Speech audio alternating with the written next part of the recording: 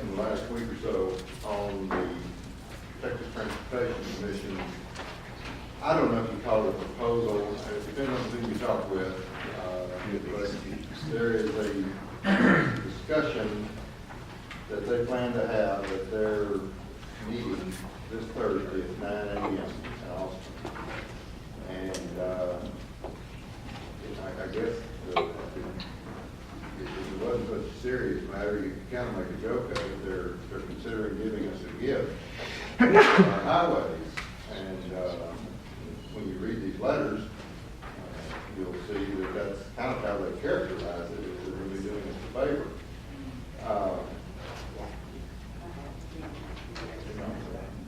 This was kind of unfortunate the way it was handled. We first heard about it on the news, along with the rest of you. The mayor got a letter Thursday that explains, or tries to explain their previous letter. Well, we didn't even have the previous letter. I talked with the district office of TxDOT, and there was some mix-up, and the second letter went out before the first letter. So Thursday we got the second letter, Friday we got the first letter, none of which really told you a whole lot. We obtained from TML the maps. We got those late Friday of what the proposal is. I talked with the district office of TxDOT this morning, and they would say that it's maybe not even a proposal, it's more of a discussion that they want to have. But let me put that map up there.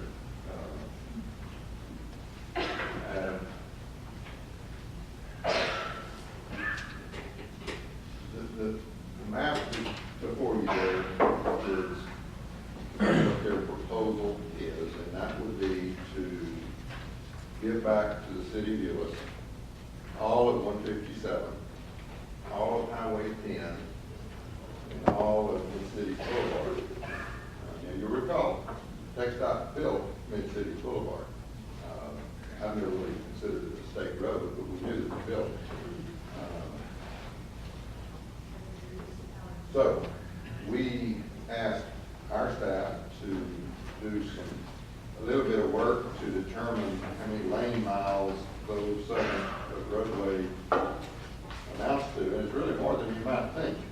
If you recall, Mid-City is a multi-lane road. 157 is a 5-lane road, but it's actually striped for 5 lanes, but it's actually 7 lanes because it's got the broad shoulders in the northern part. So it's a 7-lane road. But there are 57 lane miles of highways.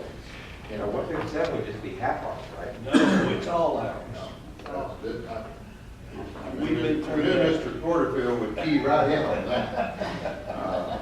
There is, the proposal tracks their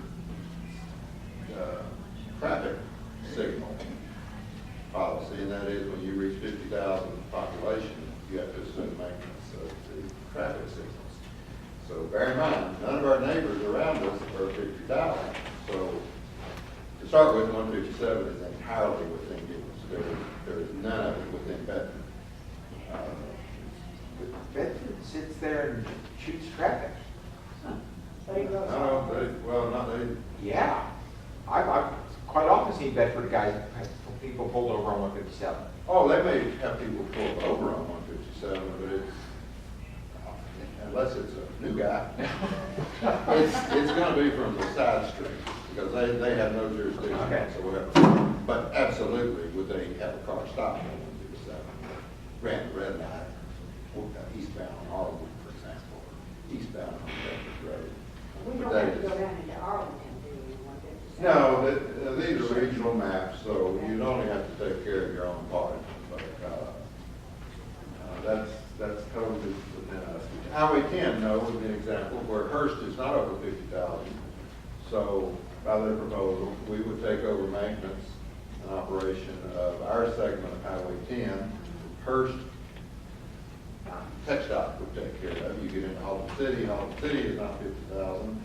So the city would not be required to. Then you go further, you get into Fort Worth would have to. So, that's the gift they would give us. In my conversation this morning with the regional office, I feel a little bit better to tell you about this tonight. There is a conversation going on right now that has to do with whether it's a regional roadway. And the guy said, without a doubt, Highway 10 is a regional roadway. 157 is a regional roadway. In city, we're not arguing about that, but if everybody else would build it through their cities like this up here, it would be a regional roadway. But,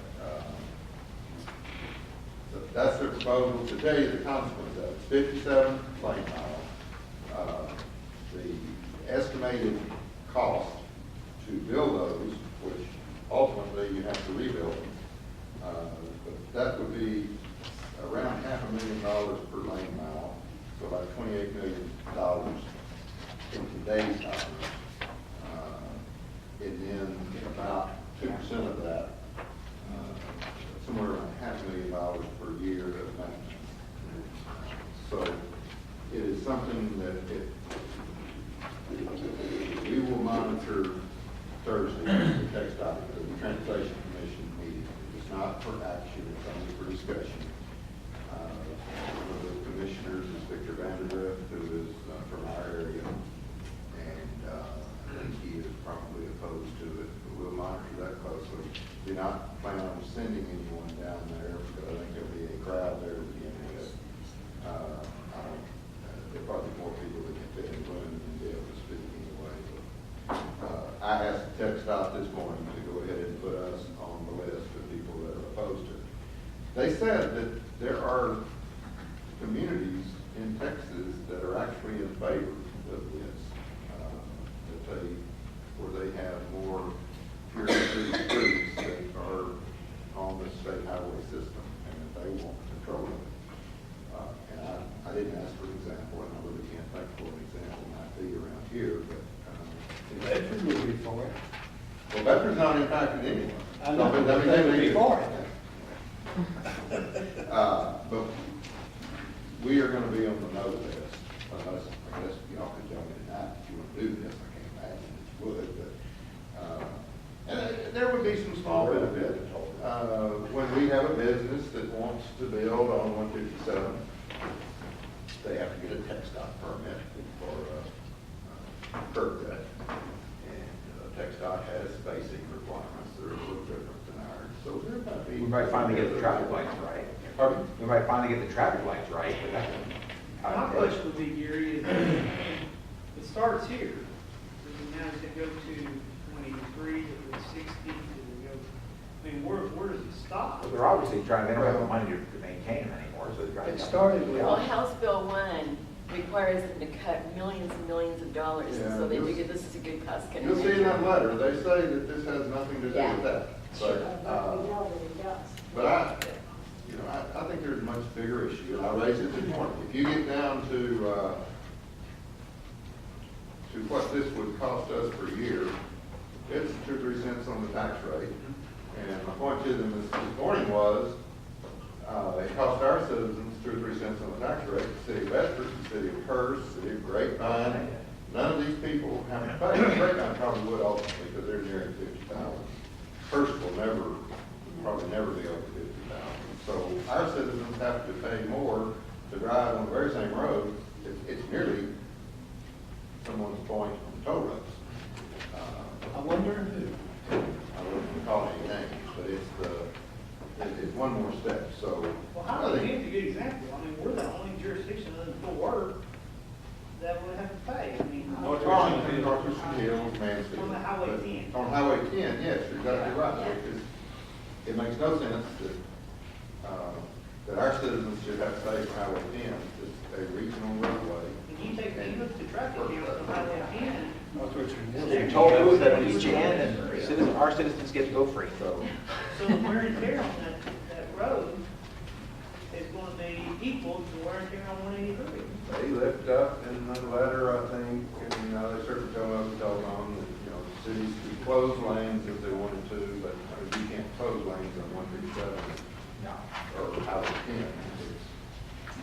So I'm not real sure where all this is coming from. I don't think I ever know, but we've gone on record as opposing it, and we'll see what the meeting brings Thursday. If it looks like it's getting a little traction, then we need to begin to contact our representatives, state representative and state senator, and our TechDOT commissioner, transportation commissioner. The only problem is,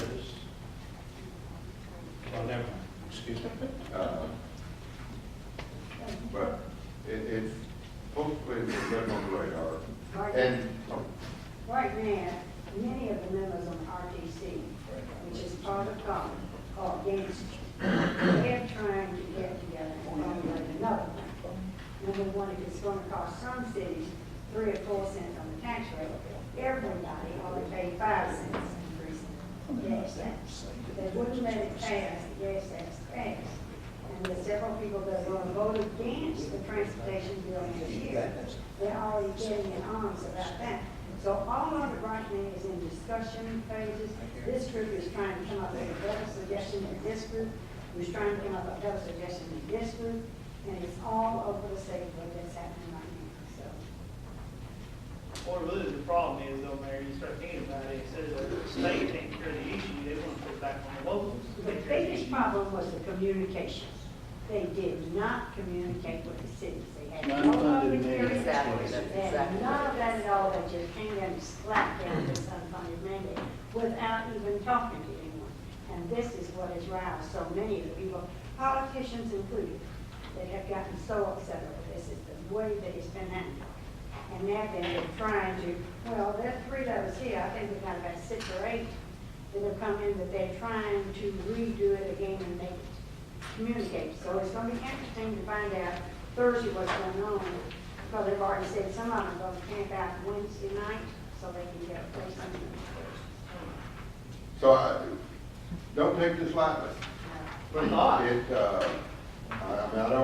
hope that we're headed off, and if there's some city in, somewhere in Texas that is more than 50,000 that wants to take over their state highway, I guess that's between them and TechDOT.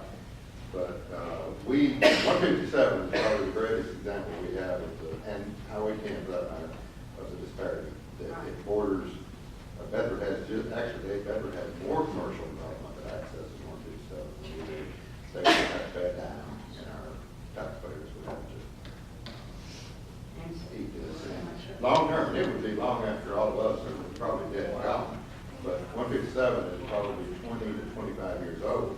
It will have to be completely reconstructed. Sometimes there will be a period of overlays or repairs, but ultimately all roads have a life. And that's, the maintenance would be terrible to have to incur, but the reconstruction it would bankrupt us. Well, for me, it'd be easier for, if I'm sitting at the state level, we start looking at their long-term CIP, and they start seeing that some of that's starting to come to fruition, that they're going to replace them. So push the cost to the locals, and our local citizens have to pay the cost of it. But it's, most of the unfunded mandates affect all cities equally. Right, There's a exactly. huge disparity in the effect. Exactly. Because even when Bedford exceeds 50,000, there is not a state highway in their city, not a one. Right. Well, airport freeway, but there is. Yeah. But it already has a contract for the next 30 years. Joe's Yeah. come on and draw it out. Anyway, it's, So it's don't take it 360 lightly. next. Well, no, there's no freeways.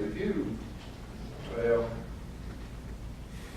actually, if you get the TML update, there's a link, there's an article on this in the TML update that came, legislative update that came out last Friday.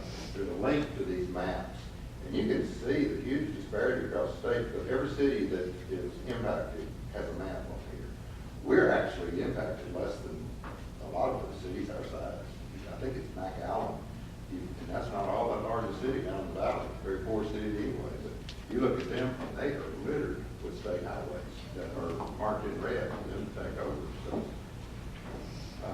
There are cities that are much worse off than we are. But all those maps are on there, and it's pretty interesting to thumb through there and see. Some of the larger cities don't have all that in. So, but we'll keep you abreast of it, and but it's something that if text or transportation commission meeting doesn't look promising on Thursday, we're going to need to quickly get spun up to register.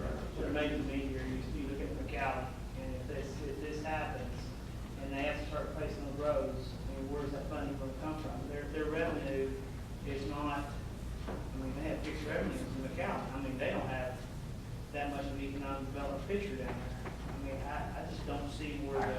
McAllen has huge sales tax, monstrous sales tax numbers. But, I mean. Property tax probably not so much, but sales tax is enormous. Yeah, but I guess that may be a bad example, but there's gonna be some examples Oh, where yeah. it's intersecting. Yeah. You know. And